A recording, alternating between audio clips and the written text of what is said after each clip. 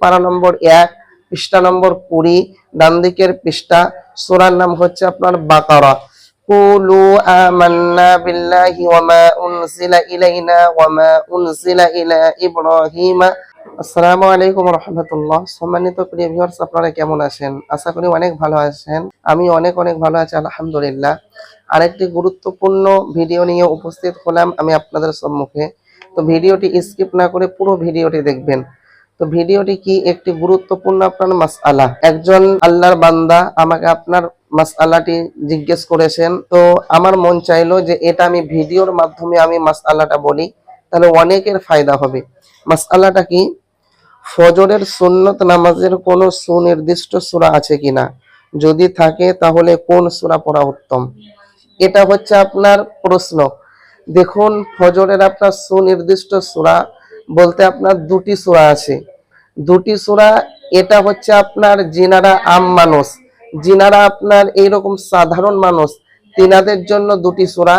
সেটা হচ্ছে প্রথম রাকাতে পড়বে কুল ইয়া আইয়ুহাল কাফিরুন, সূরা কাফিরুনটা। দ্বিতীয় রাকাতে পড়বে সূরাতুল ইখলাস, কুল হুয়াল্লাহু আহাদ। এটা হলো আপনার আম মানুষদের জন্য, যিনারা আপনার হাফেজ না। আর যিনারা আপনার হাফেজ, তিনাদের জন্য আলাদা জায়গা থেকে আপনার পড়া আপনার উত্তম। সেটা হচ্ছে পারা নম্বর 1, পৃষ্ঠা নম্বর 20, ডান দিকের পৃষ্ঠা। সূরার নাম হচ্ছে আপনার বাকারা।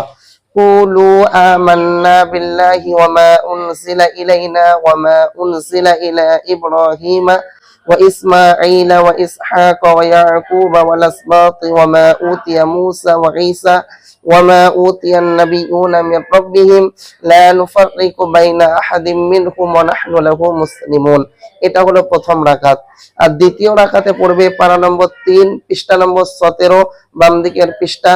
সূরার নাম হচ্ছে আপনার আল ইমরান।